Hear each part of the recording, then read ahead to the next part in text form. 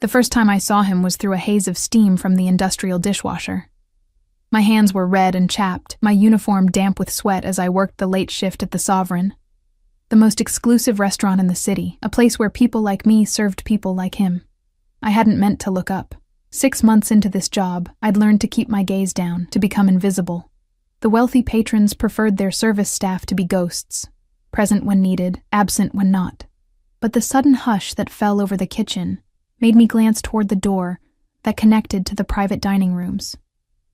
He stood in the doorway, his silhouette backlit by the amber lighting from the dining area. Tall and imposing, he wore a charcoal suit that looked like it cost more than my yearly rent. His dark hair was perfectly styled, not a strand out of place. But it was his eyes that caught me, intense, calculating, the color of whiskey held up to firelight. Mr. Castellano, our manager, Roberts, practically bowed as he approached. "Is everything to your satisfaction?" Castellano. The name rippled through me like a warning. Everyone in this city knew that name, whispered it with fear or respect, or both. Dominic Castellano controlled everything from the docks to the mayor's office. The legitimate businesses were just the surface. Beneath them ran a current of darker enterprises. I quickly looked back down at the dishes I was loading, hoping he hadn't noticed me staring. The last thing I needed was to attract the attention of someone like him. "The service is slow." His voice was quiet, oddly gentle for a man rumored to have ordered deaths with nothing more than a slight nod. "And the wine isn't what I requested." "Sir, I'm terribly sorry. I'll replace it immediately and speak to the staff." "See that you do." I kept my head down, focusing on my task even as I felt the weight of someone's gaze. A chill crept up my spine, the primal sense of being watched. When I dared another glance, his eyes were fixed directly on me. Our gazes locked for just a second, but it was enough. I dropped the plate I was holding, sending it crashing to the floor. The sound shattered the tension, and everyone in the kitchen froze. I'm sorry," I stammered, dropping to my knees to gather the broken pieces. "That's coming out of your pay, Elena," Roberts hissed as he hurried back into the kitchen, his face flushed with anger. "It was an accident," I whispered, but no one was listening. As I carefully picked up the shards, I cut my finger on a jagged edge. A drop of crimson bloomed against my skin, and I bit my lip to keep from crying out. "You." The deep voice made me jump. I looked up to find Castellano standing over me, his security detail hovering by the door. How had he moved so quickly, so silently? "Sir?" My voice trembled. "You're injured." It wasn't a question, but I nodded anyway, clutching my bleeding finger. To my shock, he reached into his pocket and pulled out a crisp handkerchief. He crouched down, a move that seemed impossible for a man in such an expensive suit, and wrapped the fine linen around my finger. His hands were warm, strong, with a network of thin scars across the knuckles. Hands that had fought, hurt, perhaps killed. "What's your name?" he asked, his voice so low that only I could hear it. "Elena," I whispered. "Elena Reyes." Something flickered in his eyes, recognition, interest, I couldn't tell. He tied the handkerchief with practiced ease, his fingers lingering against my pulse point. "Elena," he repeated, as if tasting my name. "Be more careful." Then he was gone, striding back through the door while his security scrambled to keep up. I remained kneeling on the floor, my pulse racing beneath the expensive fabric he'd left wrapped around my finger. "What the hell was that?" Roberts demanded, yanking me to my feet. "Why would Mr. Castellano speak to you?" "I don't know," I answered honestly, still staring at the door. I didn't tell Roberts about the note I found tucked into the handkerchief when I unwrapped it later that night. A phone number, followed by 3 words that made my blood run cold. "I found you." 3 days passed, and I tried to convince myself it had been nothing. A strange encounter, perhaps even a veiled threat, though for what, I couldn't imagine. I'd never had any connection to Castellano or his organization. I was nobody, invisible. The cut on my finger healed, but I kept the handkerchief, tucked between the pages of the battered copy of Jane Eyre on my nightstand. Sometimes at night, I'd take it out, run my fingers over the embroidered initials, DC, and wonder what he'd meant. I hadn't called the number. What would I even say? Besides, associating with someone like Dominic Castellano could only lead to trouble. My tiny apartment felt smaller than usual that evening as rain lashed against the windows. The building's heating system had broken again, leaving me huddled under blankets, a cup of tea warming my hands as I tried to study for the nursing exam I was scheduled to take in a month. This job at the Sovereign was just temporary, a means to an end. One day, I'd be the one helping others, not serving them overpriced meals. A knock at my door startled me. No one ever visited me here, in this run-down building at the edge of the city. I set down my tea and approached cautiously. "Who is it?" I called, my hand hovering over the chain lock. "Delivery for Elena Reyes," a gruff voice answered. I frowned. I hadn't ordered anything, and it was nearly 10 p.m., far too late for regular deliveries. "I think you have the wrong apartment," I said.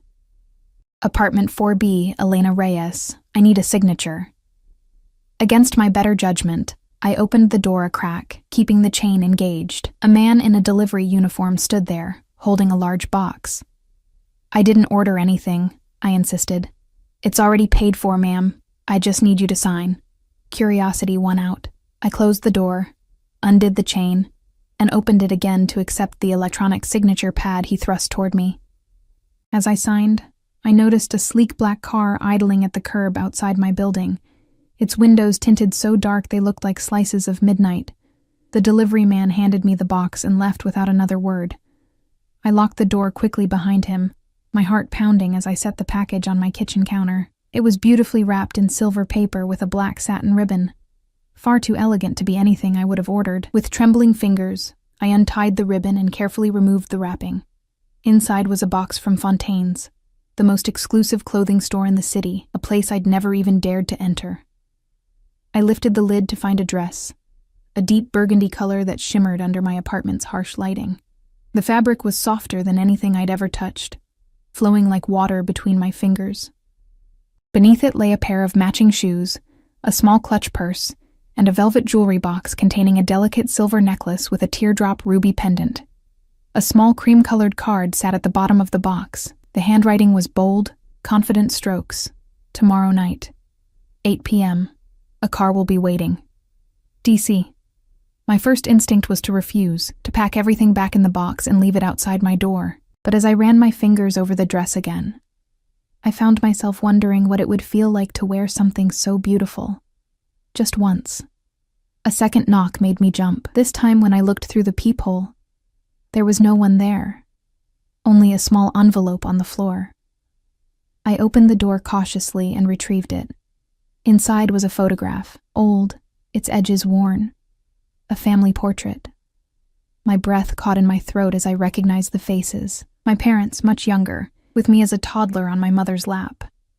And standing beside them, his arm around my father's shoulder, was a younger version of Dominic Castellano. On the back, written in fading ink, "The Reyes and Castellano families, 1998. My hands shook so badly I had to sit down. This made no sense. My father had been a construction worker, my mother a housekeeper. They died in a car accident when I was 7, leaving me to bounce between distant relatives and foster homes. They'd never mentioned knowing anyone powerful or wealthy, let alone a man like Castellano. I stayed up all night, the photograph in one hand, the handkerchief in the other, trying to piece together a puzzle with too many missing parts. By morning, exhaustion had made my decision for me. I would go. I would meet him. I needed answers about my parents, about why he'd said "I found you." The next day passed in a blur of anxiety and preparation. I showered carefully, dried my hair until it fell in soft waves past my shoulders, applied the little makeup I owned with more care than usual. When I finally slipped the dress over my head, I hardly recognized the woman in my small bathroom mirror. The fabric embraced my curves, the color making my olive skin glow and bringing out amber highlights in my brown eyes. At precisely 8 p.m., my phone buzzed with a text from an unknown number. "The car is waiting." I took one last look at my apartment, tucked the old photograph into my new clutch purse, and stepped out into the night.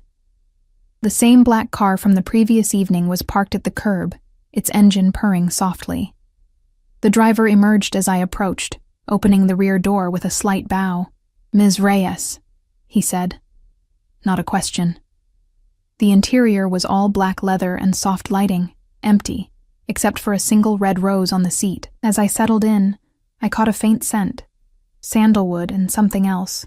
Spicier, more dangerous. His scent, lingering from an earlier journey. The car pulled away from my building, carrying me toward whatever Dominic Castellano had planned. Toward answers, I hoped. Or perhaps toward something far more dangerous than questions. In the darkness of the back seat, I fingered the ruby pendant at my throat and whispered a silent prayer that I wasn't making the biggest mistake of my life. The car wound through the city streets, passing through neighborhoods that grew increasingly elegant. Wrought iron gates gave way to manicured hedges and sprawling estates. We finally stopped before a mansion set back from the road, its limestone facade glowing amber in the carefully positioned landscape lighting. "We've arrived, Ms. Reyes," the driver announced, opening my door.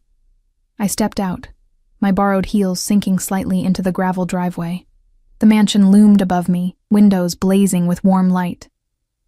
This wasn't a restaurant or public venue as I'd expected. This was his home. A wave of panic washed over me. I'd walked straight into the lion's den, wearing a dress he'd provided, arriving in his car. I was completely at his mercy. The massive front door opened before I reached it. A woman in a crisp black uniform offered a practiced smile. "Ms. Reyes, we've been expecting you. Please come in." The foyer was cavernous, with a sweeping staircase and marble floors that echoed with my hesitant steps. Original artwork hung on the walls. Not the reproductions you'd find in upscale hotels, but genuine masterpieces. Security cameras tracked my movements from discreet corners. "This way, please," the woman said, leading me through the house. We passed rooms filled with antique furniture, a library with floor-to-ceiling bookshelves, a sitting room where a fire crackled in a stone hearth. No one else was visible, but I felt the presence of others. Security personnel watching from shadows, staff moving silently behind closed doors. Finally, we reached a set of double doors at the rear of the house. The woman knocked once, then opened them without waiting for a response. "Ms. Reyes has arrived, sir." The room beyond was a conservatory, with glass walls and ceiling revealing the night sky above. Tropical plants created a lush interior garden, and the air was warm and heavy with the scent of blooming flowers. A small table had been set for two, crystal and silver gleaming in the soft lighting, and there he was, standing with his back to me, looking out at the darkened gardens beyond the glass. Dominic Castellano turned slowly, his eyes finding mine with unsettling precision. "Elena," he said, my name in his mouth sounding like something precious and rare. "You came." He wore another impeccable suit, this one a deep navy that made his broad shoulders look even more imposing. A gold watch glinted at his wrist, the only adornment besides a signet ring on his right hand. "You didn't give me much choice," I said, surprising myself with my boldness. I held up the photograph I'd brought. "You owe me an explanation." A hint of approval flickered in his eyes. He gestured toward the table. "Please sit. We'll talk over dinner." A server materialized from somewhere, pulling out my chair. Another appeared with wine, pouring a rich red liquid into delicate glasses. I remained standing. "I want answers now," I insisted, though my voice trembled slightly. "Who were you to my parents? Why do you have this picture? What did you mean when you wrote, 'I found you'?" He studied me for a long moment. "Courage," he murmured, almost to himself. "Just like your father." He moved toward me, each step measured and deliberate. "We'll discuss everything, Elena. You have my word. But first, let's enjoy a meal together. It's been a very long time since I've had the pleasure of your company." "We've never met before the restaurant," I said, confused. He smiled, a real smile that transformed his face, making him look younger, almost approachable. "We have. You were very young. You wouldn't remember." Something in his manner made me relent. I sat, arranging the burgundy dress carefully around me. As I did, I noticed a thin, barely visible scar running along his jawline, disappearing beneath his collar. A knife wound, perhaps, a reminder of the violent world he inhabited. "The dress suits you," he said, taking his own seat. I hoped it would. "How did you know my size?" I asked, accepting the wine I didn't particularly want. "I know many things about you, Elena. I've been keeping track for years." A chill ran down my spine despite the warmth of the conservatory. "That's disturbing." "Is it? Or is it reassurance that someone has been watching over you?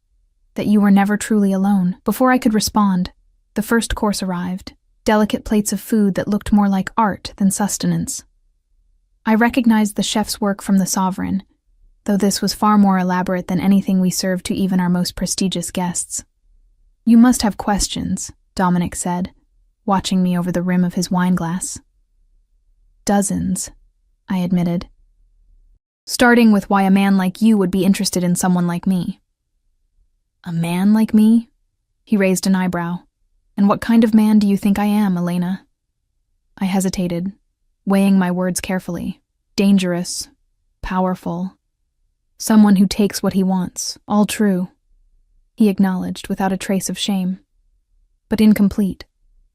He set down his glass and leaned forward slightly. "Your father was my friend, my best friend, from when we were boys. We grew up together in the old neighborhood." I stared at him in disbelief. "My father was a construction worker. Before that, he was much more." Dominic's expression softened with memory. "Marco Reyes was like a brother to me. We started with nothing, built something together. He was brilliant, fearless." His eyes refocused on me. "You have his eyes. Did you know that?"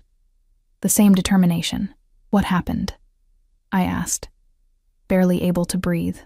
No one had spoken to me about my father with such intimacy in years. "We had a disagreement about the direction our business was taking." Dominic's voice hardened. "I wanted to expand into new territories. Your father wanted to leave, to give you and your mother a normal life. We argued, said things we couldn't take back." The realization dawned slowly, horror spreading through me like ice water. "My father worked for you, in your organization." Dominic nodded once. "He didn't just work for me. We were partners, equals, in the beginning." "He was a criminal," I whispered, my world tilting sideways. "He was a man who did what was necessary to protect his family," Dominic corrected, his tone gentle but firm. "The world isn't as black and white as you might believe, Elena." I pushed my plate away, appetite gone. "And the accident? The car crash that killed my parents? Was that really an accident?" Pain flashed across his face, genuine and raw. "Yes. I may operate outside the law, but I would never harm Marco or Isabella. Never." He reached into his jacket pocket and withdrew a small leather-bound book. "Your father's journal. He kept it the last year of his life. Read it, and you'll understand." I stared at the book but didn't take it. "Why now? Why find me after all these years?" He placed the journal on the table between us. "Because I made a promise to your father, that if anything happened to him I would look after you, protect you." "You've done a terrible job," I said bitterly, thinking of the years of poverty, of bouncing between uncaring relatives and worse foster homes. "Where were you when I needed someone?"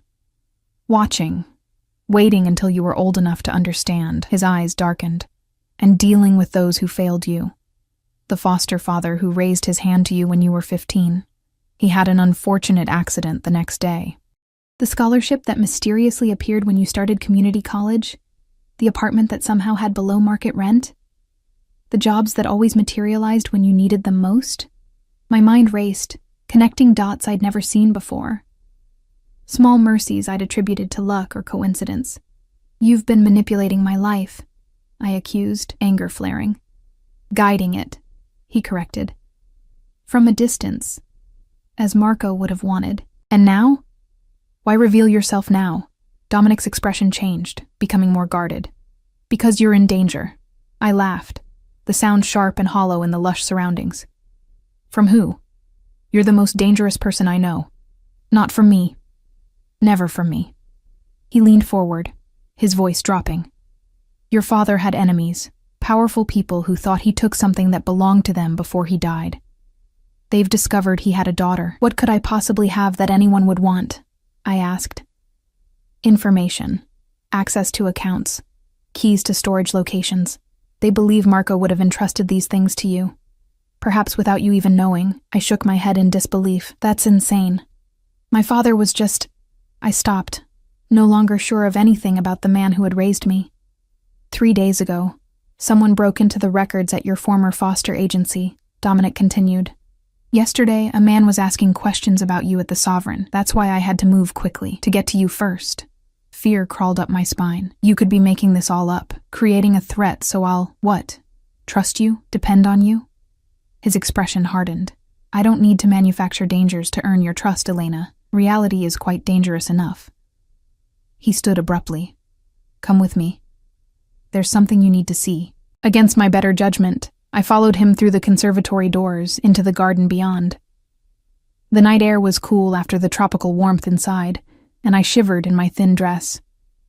Without a word, Dominic removed his jacket and draped it over my shoulders. His scent, sandalwood, spice, and something uniquely him, enveloped me. We walked along a stone path, security personnel materializing and fading back into the shadows as we passed. Finally, we reached what appeared to be a guest house, set apart from the main building. Dominic entered a code on a keypad, and the door swung open. Inside was nothing like I expected, not luxurious accommodations, but a high-tech security center. Monitors lined one wall, displaying camera feeds from various locations. I gasped as I recognized my apartment building on one screen, the Sovereign on another. You've been watching me, I whispered. Protecting you, he corrected, leading me toward a desk where a laptop sat open. This was recorded yesterday. He pressed a key, and a video began to play. A man I'd never seen before was speaking to Roberts, my manager at the Sovereign. Money changed hands. Then a photograph, my photograph, was shown. Roberts nodded, pointing toward the kitchen where I worked. Who is he? I asked. Anton Vaska. He works for the Petrov family, your father's former associates and my current competitors. The way Dominic said competitors made it clear the relationship was far more hostile. What do they want with me? Dominic closed the laptop, turning to face me fully. In the harsh light of the security monitors, the scar along his jaw looked more pronounced, a reminder of violence survived. Your father hid something before he died. Something the Petrovs have been searching for ever since. A ledger containing details of their operation, enough evidence to destroy them. They believe he entrusted it to you, perhaps disguised as something innocent. A book, a keepsake, a piece of jewelry. I thought of my meager possessions, nothing valuable, nothing mysterious. I don't have anything like that. Perhaps not knowingly, Dominic said. But Anton's presence means they're getting desperate. They've exhausted other options, so what happens now?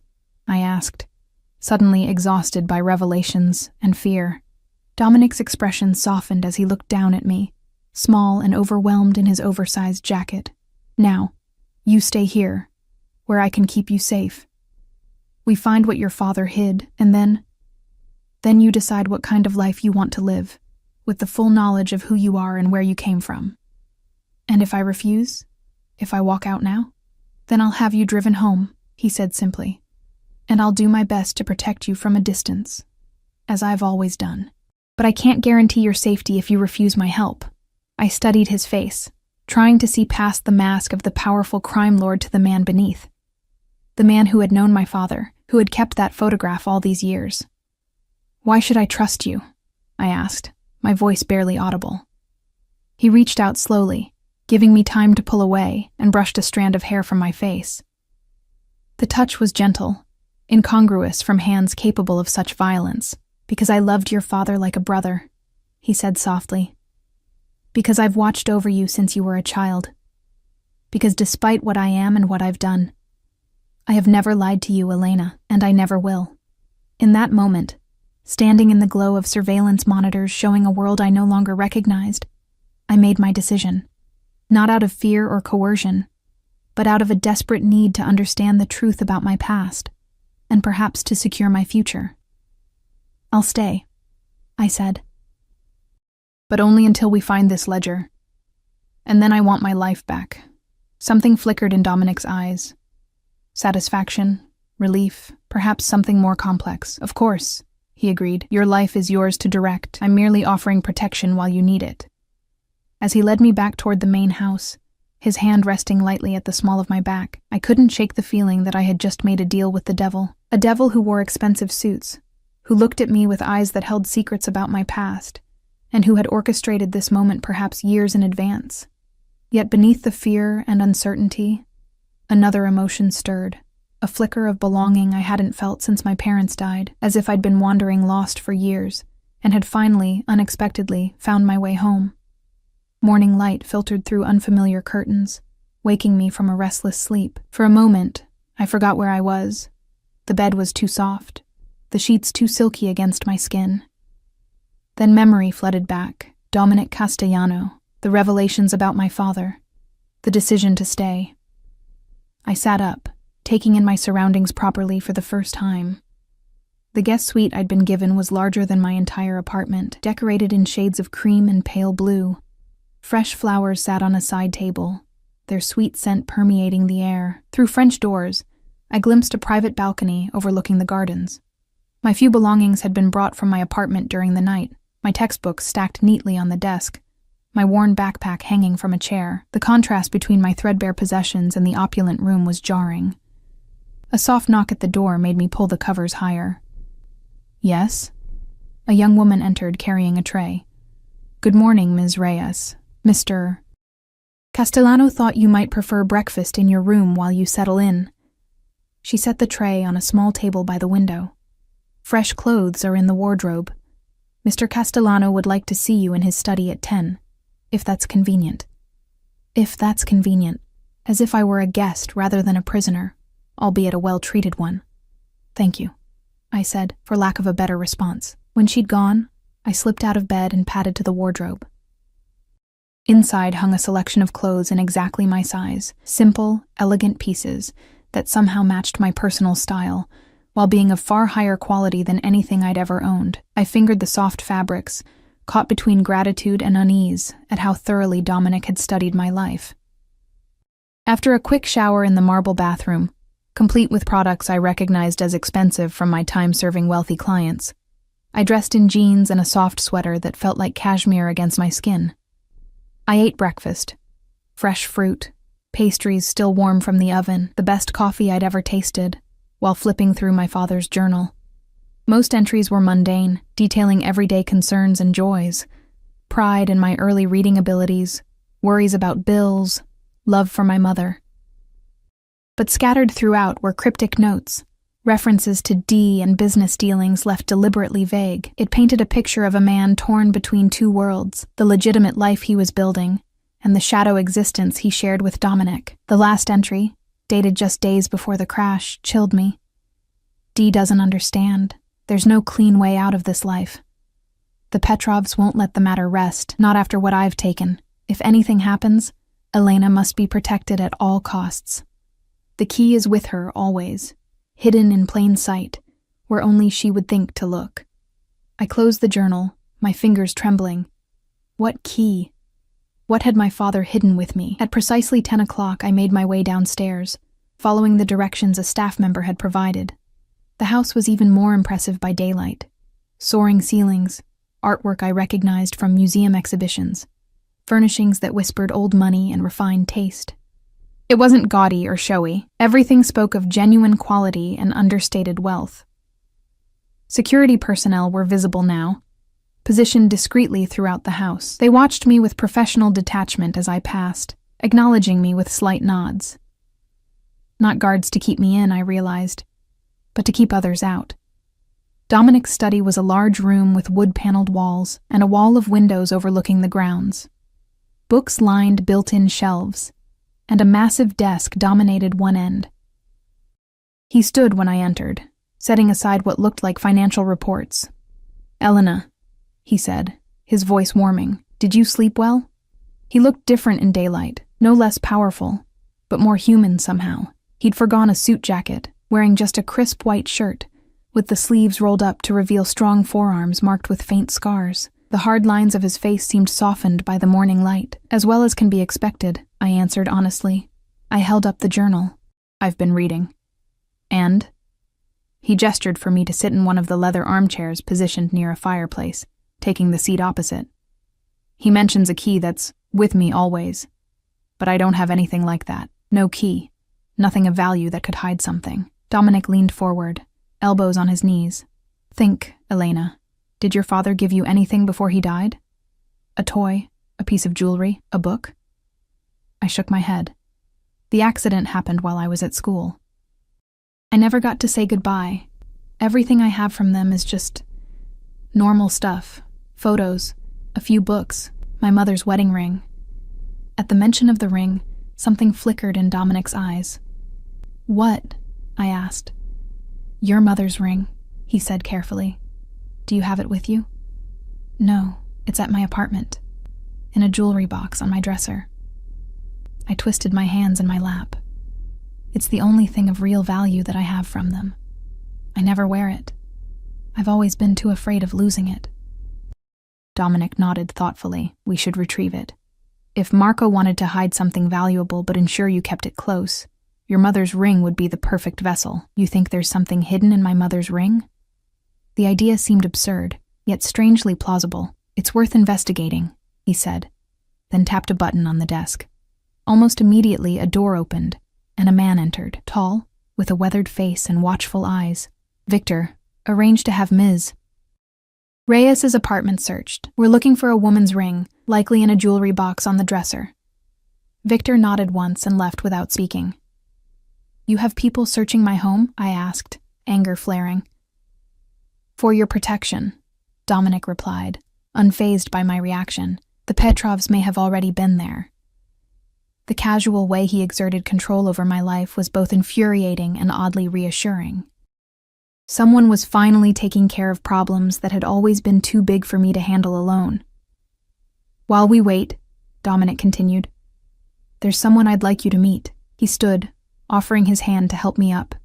Someone who knew your parents almost as well as I did. I allowed him to lead me through the house to what appeared to be a residential wing. The security presence was heavier here, with armed guards stationed at key points. Dominic nodded to them as we passed, his hand resting lightly at the small of my back, a gesture that was becoming familiar, its proprietary nature both unsettling and comforting.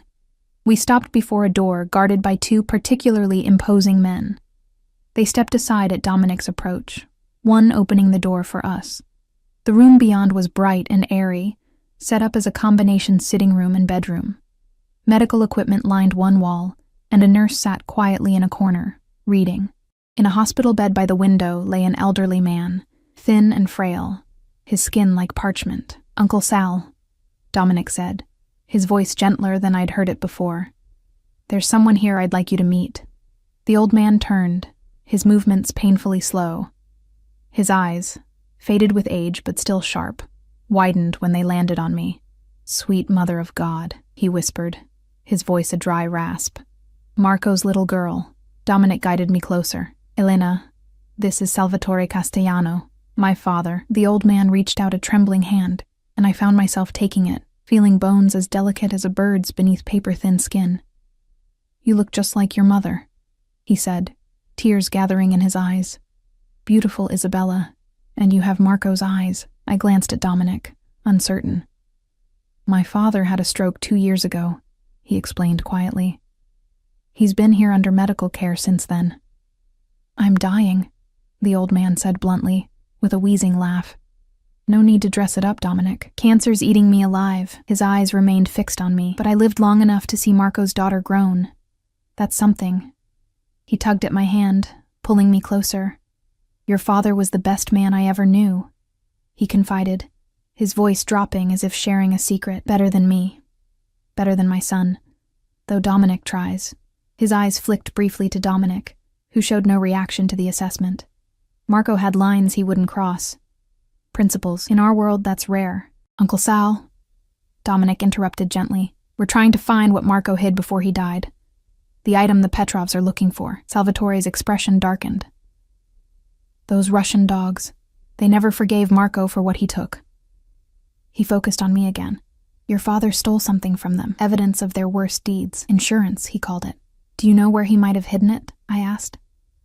The old man shook his head, then was seized by a coughing fit. The nurse stepped forward with a glass of water, but Dominic waved her away, instead supporting his father himself with practiced ease, helping him drink. When the coughing subsided, Salvatore clutched at Dominic's sleeve. Keep her safe, my son. Marco entrusted her to us, to our family. I will, father, Dominic promised. And the way he said it, solemn, almost ritualistic, made it sound like an oath. The old man's eyes drifted closed, exhaustion claiming him. Dominic arranged him carefully against the pillows, with a tenderness I wouldn't have expected from those scarred hands. He'll sleep now, he said, guiding me from the room. The medications make him drowsy. Outside in the hallway, I leaned against the wall, overwhelmed by the encounter. He really knew my parents. They were like family, Dominic confirmed. Your father was his protege, like a second son. When Marco left the organization, it broke my father's heart. And you? I asked. Did it break your heart too when my father left? Something dark and painful crossed his face. It did more than break my heart, Elena. It destroyed a part of me I never got back. Before I could ask what he meant, Victor appeared at the end of the hallway, his expression grim. Sir, we have a problem. The apartment has been ransacked, thoroughly searched. Cold dread pooled in my stomach. The ring? Gone, Victor confirmed, along with most of her other possessions. Dominic's face hardened, a transformation so complete it was frightening to witness. The man who had tenderly cared for his father vanished, replaced by someone calculating and dangerous. Get the security feeds from the building, he ordered. Find out who did this and where they went. Already working on it, sir. There's something else. Victor hesitated, glancing at me. We found blood. Not much, but enough to suggest there was resistance. My neighbors? I asked, horrified. Mrs. Patel next door? Mr. Guzman across the hall? The building was quiet, Victor said. No signs of other disturbances. Dominic turned to me, his expression softening slightly. We'll find out what happened. In the meantime, you're staying here. The security protocols will be increased. The reality of my situation crashed down on me. They're really looking for me, aren't they? These people who knew my father. They are, Dominic confirmed, not sugarcoating the truth. And they won't stop until they find what they're looking for. A horrible thought occurred to me. My job at the Sovereign, people there know me, know my routine. I've already handled it, Dominic said. As far as the Sovereign is concerned, you've taken an extended leave of absence with full pay. He touched my shoulder lightly. Elena, I need you to trust me now. Let me do what your father asked of me. Let me protect you. Looking into his eyes, I saw determination and something more complex, a mixture of duty and personal investment that went beyond a promise to an old friend. I don't have much choice, do I? I said, trying to keep my voice steady. There are always choices, he replied. But some are wiser than others. A commotion at the end of the hallway drew our attention. Another security man was approaching rapidly, his hand pressed to an earpiece. Sir, perimeter breach at the north gate. 3 vehicles, heavily armed. Dominic's reaction was instantaneous. He pushed me against the wall, his body shielding mine as he drew a gun from beneath his shirt. Get my father to the panic room, he ordered. Victor, take Elena to the safe house. Now. Dominic, what's happening? I gasped, fear making my voice shake. They found you faster than I anticipated, he said grimly. He took my face between his hands, forcing me to focus on him. Listen to me carefully. Go with Victor. Do exactly as he says. I'll come for you when it's safe. But... Elena. His voice was steel wrapped in velvet. I promised your father I would keep you safe. I intend to keep that promise. Before I could respond, he pressed something cold and metal into my hand. A small handgun. Last resort, he said. Victor will protect you, but if something goes wrong, point and shoot. Don't hesitate. The weight of the weapon was terrifying in my palm, but I nodded, slipping it into my pocket. Dominic hesitated, then did something that shocked me more than the gun or the imminent danger. He leaned forward and pressed his lips to my forehead, a gesture so tender it seemed to come from someone else entirely. "Be safe," he whispered. Then he was gone, striding down the hallway, barking orders into a phone. Victor gripped my arm. "This way, Ms. Reyes. Quickly." I let myself be pulled along, through service corridors and down a flight of stairs I hadn't seen before. We emerged in an underground garage where a nondescript sedan waited, engine already running. "Get in the back," Victor instructed, opening the door. "Stay down." As I slid into the vehicle, the distant sound of gunfire reached my ears. My hands began to shake, the reality of my situation hitting me like a physical blow. This wasn't a movie or a book. This was my life now. Running from people who wanted something I didn't have, protected by a man whose world I barely understood. The car accelerated up a ramp and out into daylight. Through the tinted windows, I caught a glimpse of the mansion receding behind us, smoke rising from one wing. Men in tactical gear were exchanging fire with Dominic's security forces. And there, in the middle of it all, was Dominic himself, weapon drawn, directing his men with the calm authority of someone who had faced violence many times before. As if sensing my gaze, he turned, his eyes finding the departing car with unerring accuracy. Our gazes locked for just a moment before the car rounded a bend, cutting him from view. In that brief connection, I saw something in his expression that stayed with me as we sped away. Not just determination or duty, but a fierce, protective intensity that felt deeply personal.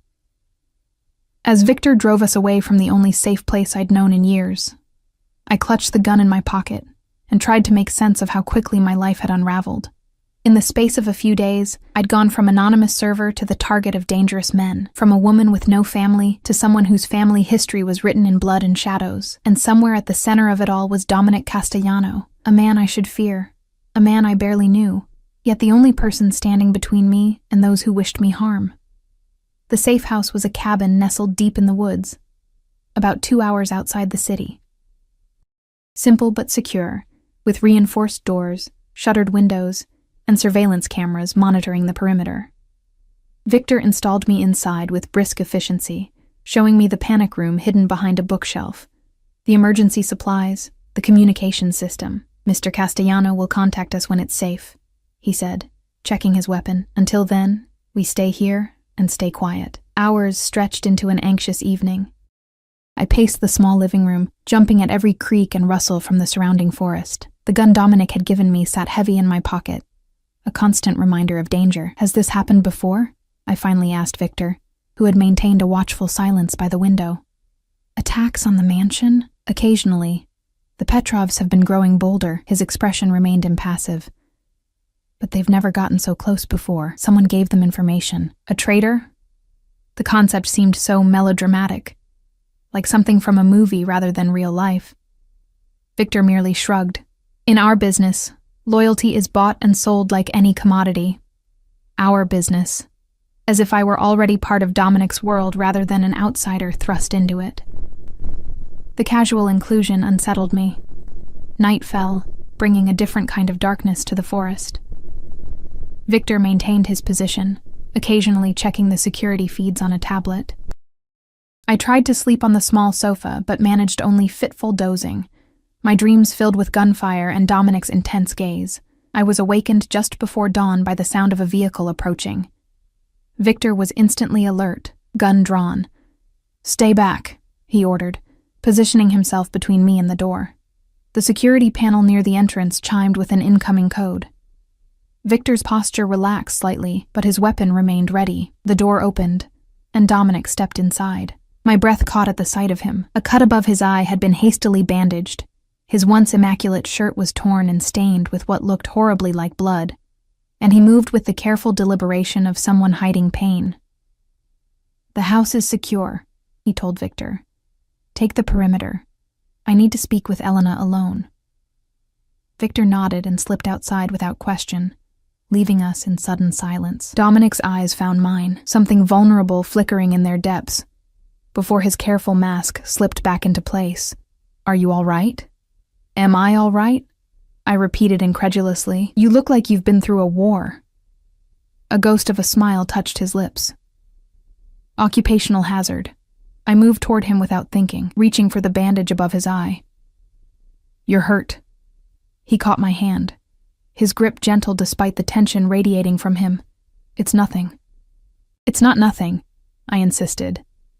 Let me see. I have nursing training, remember? Something in his expression softened, and he allowed me to guide him to a chair. I found a first aid kit in the bathroom and returned to find him sitting exactly where I'd left him, his posture rigid with pain he wouldn't acknowledge. What happened? I asked, gently removing the bloodied bandage. The Petrovs brought more men than expected, he said, wincing slightly as I cleaned the wound. They were well informed about our security protocols. Victor mentioned a traitor. Dominic's eyes hardened, already handled. The clinical detachment in his voice sent a chill through me. This was the other side of Dominic Castellano, the ruthless enforcer who eliminated problems without hesitation. The wound isn't deep, I said, applying a fresh bandage. But you should have proper medical attention. Later, he dismissed. We have more pressing concerns. I stepped back, folding my arms across my chest. Like what? Like the fact that the Petrovs are desperate enough to launch a direct assault on my home. He leaned forward, his intensity drawing me in despite myself. They wouldn't take such a risk unless they were certain you had what they're looking for. But I don't, I protested. They believe you do, and that's what matters. He ran a hand through his disheveled hair, a surprisingly human gesture from someone who always seemed so controlled. We need to find this ledger before they try again. Think, Elena. Think about what your father might have hidden with you. I sank onto the sofa, frustration and fear making my voice sharp. I've told you everything. The only valuable thing I had was my mother's ring, and that's gone now. Dominic went still, a peculiar expression crossing his face. Tell me about the ring. It was simple, I said, trying to visualize it. A gold band with a small diamond, nothing elaborate. Had you ever had it appraised? Cleaned by a jeweler? I shook my head. I couldn't afford that. I just kept it safe. He stood abruptly, pacing the small room. A ring would be too obvious. Marco was smarter than that. He stopped suddenly, turning to me. What else did he give you? Something personal? Something you'd keep close? I thought back to my childhood, to the blur of grief after the accident. There was a locket, I said slowly, memory surfacing. With their pictures inside. I wore it every day until the chain broke a few years ago. It's in the same jewelry box as the ring. So it's gone too, Dominic said, disappointment evident. No. I sat straighter, as realization dawned. No, I took it with me to work that day. The day you saw me at the Sovereign, the clasp was fixed, and I was going to wear it again. It should be in my locker at the restaurant. Dominic was already pulling out his phone. Victor, he barked when the call connected. The Sovereign, Elena's employee locker. There's a locket inside. Gold, with photos. Bring it here, now. He hung up and turned back to me, new energy in his movements despite his injuries.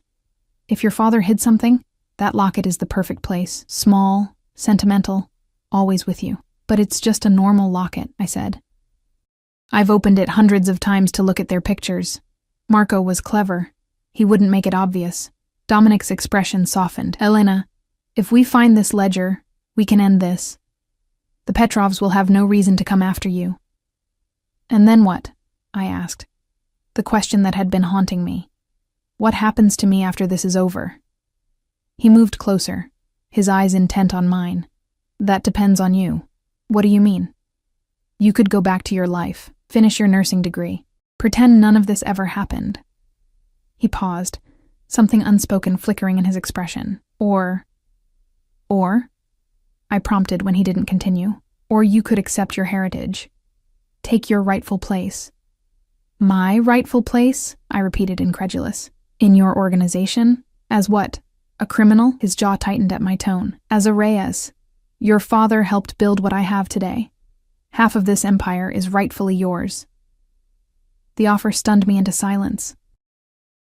Dominic watched me, his expression guarded yet somehow vulnerable, as if my answer mattered beyond the practical considerations of inheritance and legacies. I don't know who I am anymore, I admitted finally. Everything I believed about my life, my parents. It's all been a lie. Not a lie, he corrected gently. a partial truth. Your parents loved you. They wanted to protect you from the reality of your father's life. He reached out, his fingers brushing mine with unexpected tenderness. You don't have to decide now, but know that you have options. You have a place with me, if you want it. The air between us seemed to thicken, charged with something more complex than our shared past or present danger. His proximity, the intensity of his gaze, made my pulse quicken in a way that had nothing to do with fear. The moment was broken by the sound of an approaching vehicle. Dominic moved swiftly to the window, gun appearing in his hand from somewhere beneath his ruined shirt. "It's Victor," he confirmed, relaxing slightly. Minutes later, Victor entered, holding a small velvet pouch. Found it exactly where she said. The locker wasn't even locked. Dominic took the pouch, emptying it into his palm. The gold locket gleamed in the early morning light. A simple oval pendant on a delicate chain. He handed it to me. "Open it," he instructed. With trembling fingers, I worked the tiny clasp. The locket opened to reveal what I expected. Tiny photographs of my parents, smiling at the camera, frozen in time. "There's nothing here," I said, disappointed. "Look closer," Dominic urged. "The frame, the backing." I examined the locket more carefully, running my fingernail along the edge where the photos were secured. To my surprise, the backing shifted slightly. "It's loose," I murmured, working at it until the metal disc popped free. Behind it was not empty space, but a tightly folded piece of microfilm. Dominic's breath caught. "That's it. That's what your father hid." Victor leaned in, equally intent. The Petrov ledger.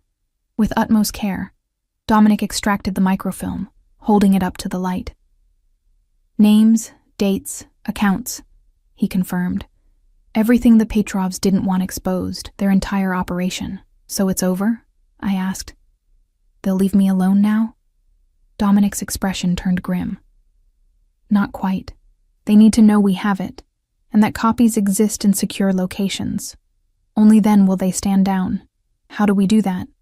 I arrange a meeting, show them what we have, make them understand that coming after you further would be against their interests."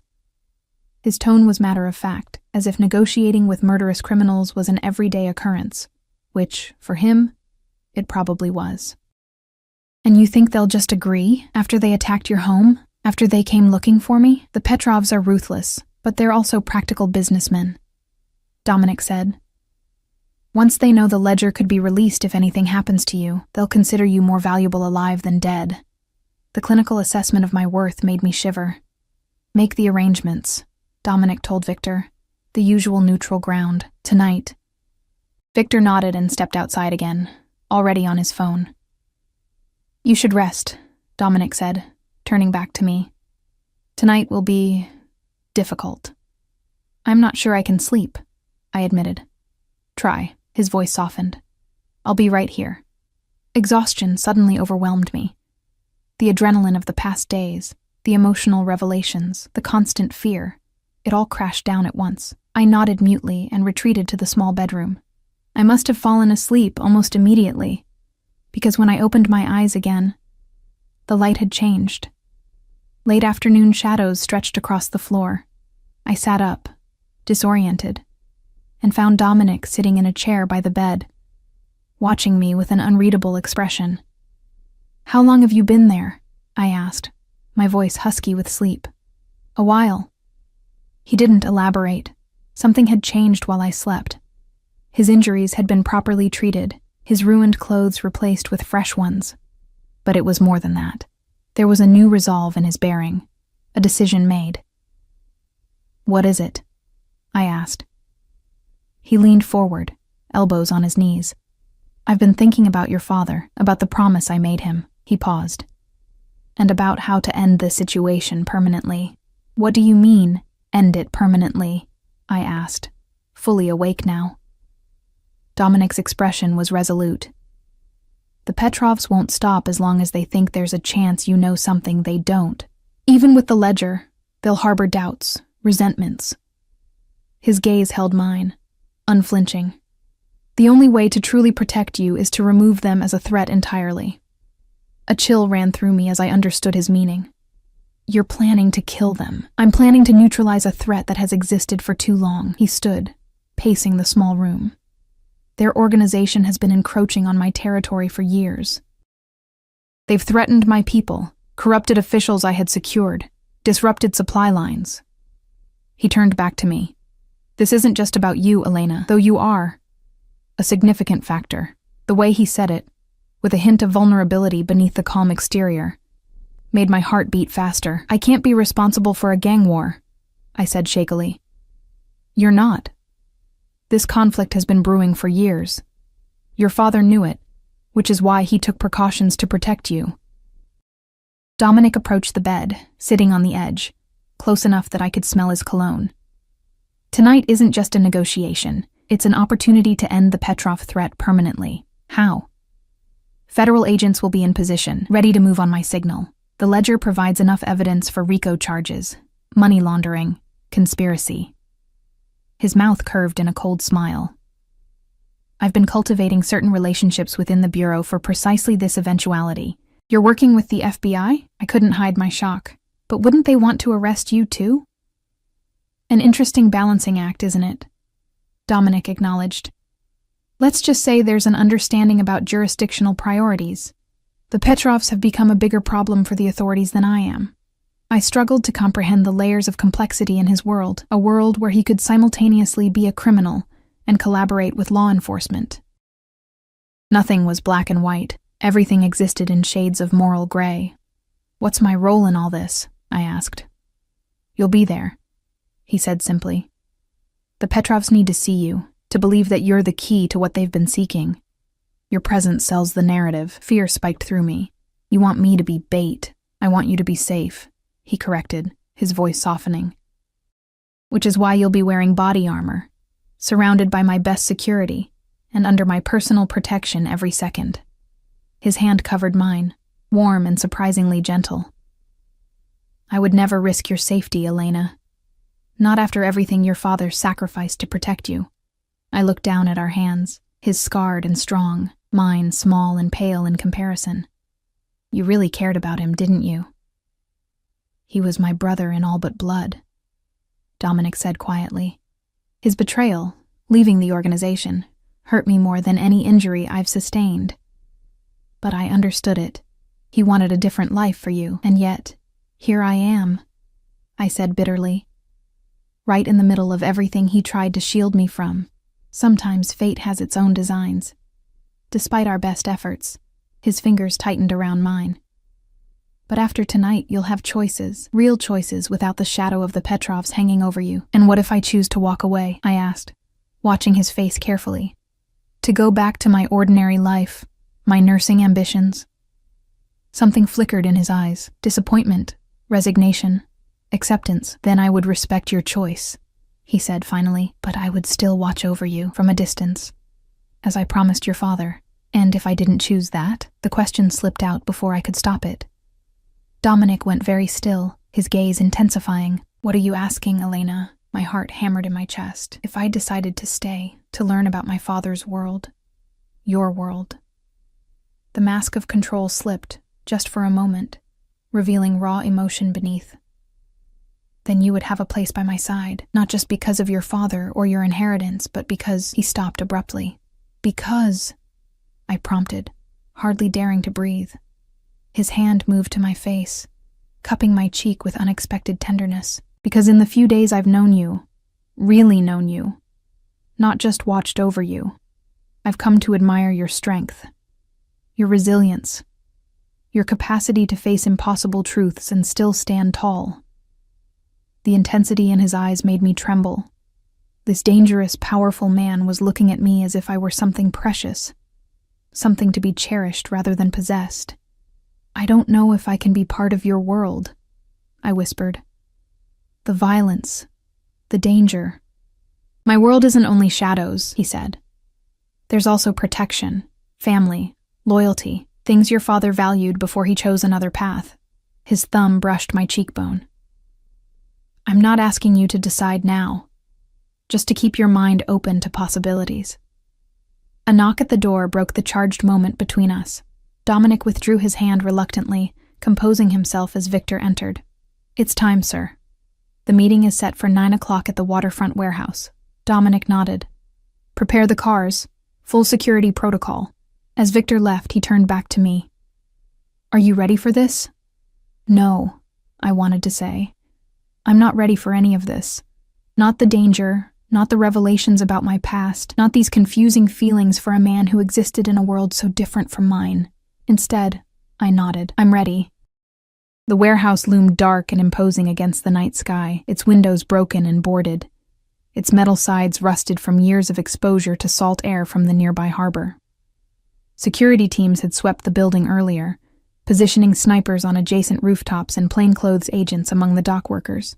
I sat in the back of an armored SUV, wearing a bulletproof vest beneath a dark sweater. Dominic sat beside me, calm and focused, dressed impeccably in a suit that concealed his own body armor. In the dim light, he looked dangerous and elegant, a predator in his element. Remember, he said, checking his weapon one final time. Stay behind me at all times. If anything goes wrong, Victor will get you out immediately. He handed me a small device. Emergency beacon. Press it if we get separated. I slipped it into my pocket, trying to control my trembling hands. Will the FBI really arrest them? As soon as the exchange is complete and they've seen the ledger. Dominic's confidence was unwavering. By morning, the Petrov organization will be dismantled. Victor opened the car door. They've arrived. 2 vehicles, Petrov and his lieutenants. Dominic nodded. Let's finish this. As we approached the warehouse, flanked by security, I felt strangely calm, as if I were watching myself from a distance, playing a role in someone else's story. The heavy metal door slid open, revealing a cavernous space illuminated by harsh industrial lights. In the center stood a group of men. Their leader, a silver-haired figure with cold eyes and an expensive overcoat, watched our approach with predatory intensity. Castellano? He greeted, his accent thick but his English precise. Finally, we meet in person, after so many years of competition. Petrov. Dominic's tone was neutral, but I sensed the tension coiled within him. I believe we have business to discuss. Petrov's gaze shifted to me, his expression calculating. So, this is Marco's daughter. You look like him, especially around the eyes. I fought the urge to step back, to hide behind Dominic. Instead, I met his stare evenly, channeling something of the strength Dominic had praised in me. We have what you've been searching for, Dominic said, drawing Petrov's attention back to himself. The ledger your organization has killed for, threatened for. Show me, Petrov demanded. Dominic nodded to Victor, who approached with a laptop. The microfilm has been digitized. See for yourself. As Petrov and his men crowded around the screen, Dominic positioned himself slightly in front of me, a living shield. I watched Petrov's face as he viewed the contents, his confidence faltering, then hardening into something ugly and desperate. You know what this means, Dominic continued. Evidence of every illicit transaction, every murder ordered, every official bribed. Enough to destroy your entire operation. What do you want? Petrov asked, his voice dangerously quiet. 2 things. First, you withdraw completely from my territories, the docks, the south side, the shipping routes. Dominic's voice was matter of fact, as if discussing a business merger rather than criminal empires. Second, Elena Reyes is untouchable. Any move against her, any threat, even any surveillance, and this ledger goes to every law enforcement agency in the country. Petrov's eyes narrowed. You ask too much, Castellano. I'm not asking, Dominic replied, his tone hardening. I'm telling you how this will be. The tension in the warehouse was palpable, electricity crackling in the air. Petrov's men shifted, hands moving toward concealed weapons. Dominic's security did the same. Perhaps we should negotiate more. Privately, Petrov suggested, gesturing toward a side office. Just you and me, Castellano. It was a trap. I knew it instinctively, could see it in the slight smirk that touched Petrov's mouth, the way his men subtly repositioned themselves. Dominic, I whispered urgently. He gave an imperceptible shake of his head, silencing me. Why not? He agreed. Victor, stay with Elena. As Dominic moved to follow Petrov toward the office, A subtle movement caught my eye, one of Petrov's men adjusting something beneath his jacket, the glint of metal. "Gun!" I shouted, just as all hell broke loose. Gunfire erupted from multiple directions. Dominic dove toward me, knocking me to the ground and covering my body with his, as bullets ricocheted off concrete and metal. Victor pulled me behind a stack of crates, returning fire while Dominic engaged the nearest threat. Through the chaos, I heard shouting, saw figures in FBI jackets pouring in through side entrances. The raid had been triggered early by the gunfire. "Stay down," Dominic ordered, firing with deadly accuracy at Petrov's men. But through the smoke and confusion, I saw Petrov himself slipping away toward a back exit, a weapon in his hand. Without thinking, I pressed the emergency beacon in my pocket and followed, keeping low and using the chaos as cover. I couldn't let him escape, not after everything that had happened, not when he was the source of the danger that had upended my life. The back corridor was dimly lit and deserted. I moved cautiously, the gun Dominic had given me earlier now in my hand.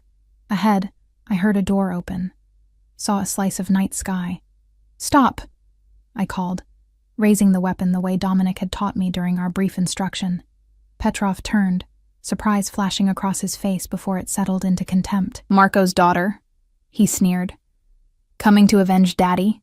You've threatened me, invaded my home, endangered people I care about," I said, my voice steadier than I expected. "It ends now."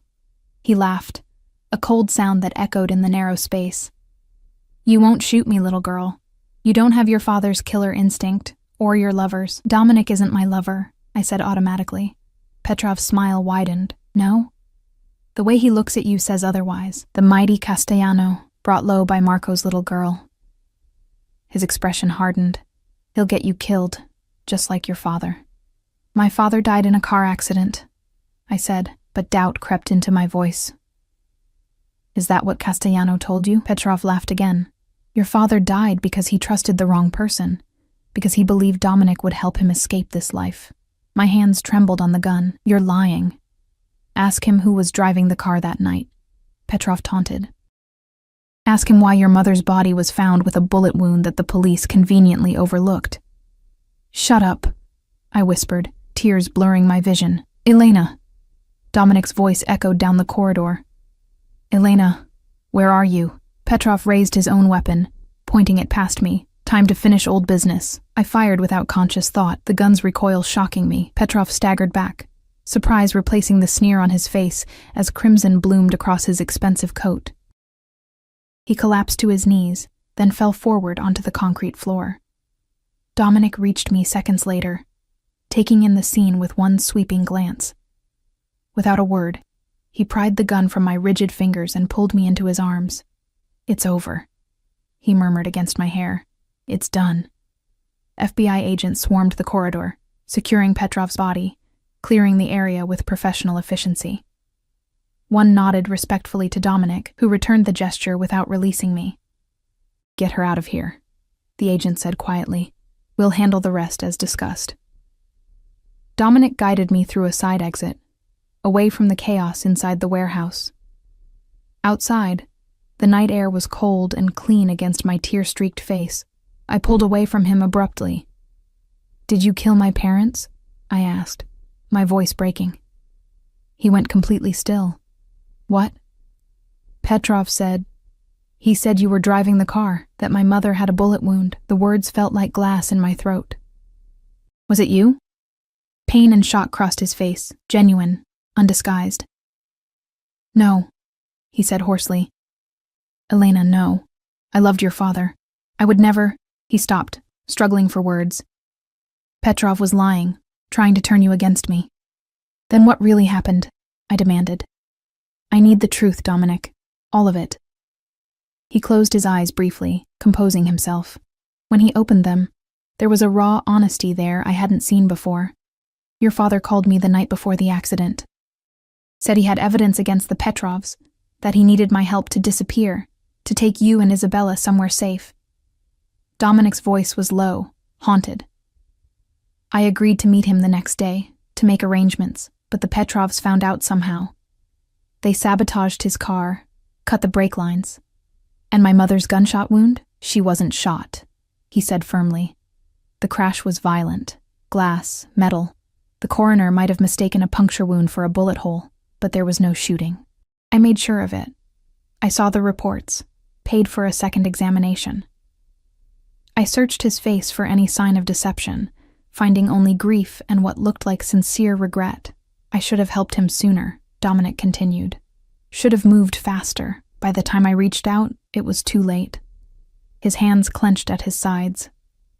It's the greatest failure of my life, Elena. Not being there when Marco needed me most. The ring of truth in his words, the raw emotion behind them, made something tight in my chest begin to loosen. You've been watching over me since then, I said, keeping your promise. At a distance, as he would have wanted. Dominic stepped closer, carefully, as if afraid I might run. But seeing you again, getting to know you, it's changed things, changed me. How? I asked, barely breathing. His hand rose to my face, fingers gently tracing my cheekbone. You remind me of what I once was, before this life hardened me, of the man your father believed I could be.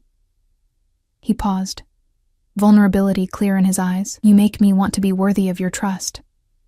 In that moment, with sirens wailing in the distance and the aftermath of violence all around us, I made my choice.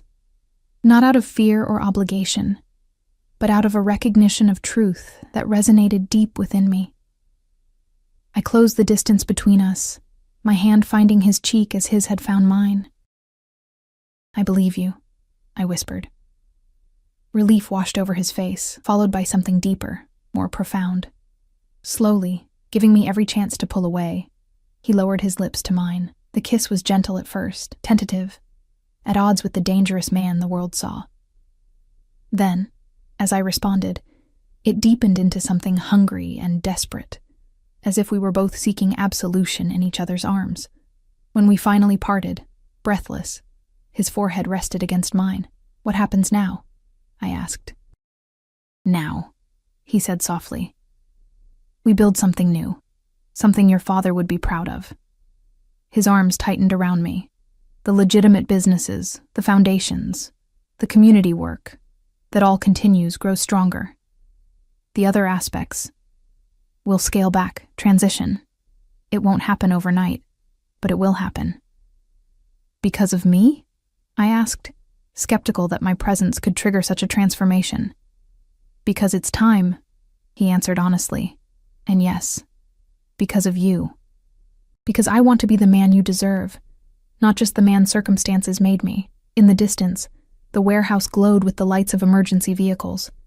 The Petrov threat had ended, not just for me, but for Dominic's organization, for the city itself. It won't be easy, I warned. I still have my nursing exams, my own goals.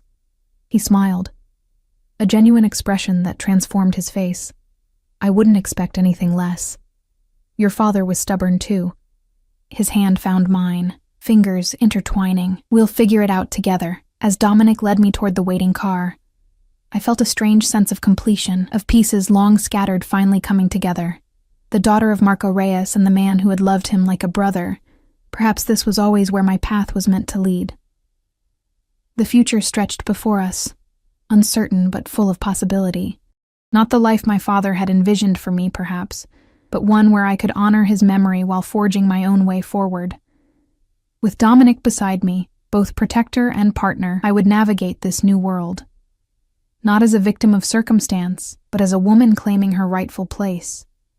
In the moonlight, Dominic's ring glinted on his hand as he opened the car door for me. One day, perhaps, my mother's ring would be found and returned. But I no longer needed it to feel connected to my past. The truth, painful as it was, had finally set me free. As we drove away from the warehouse, leaving behind the violence that had brought us together, Dominic's hand remained clasped with mine. A promise more binding than words, a future waiting to be written.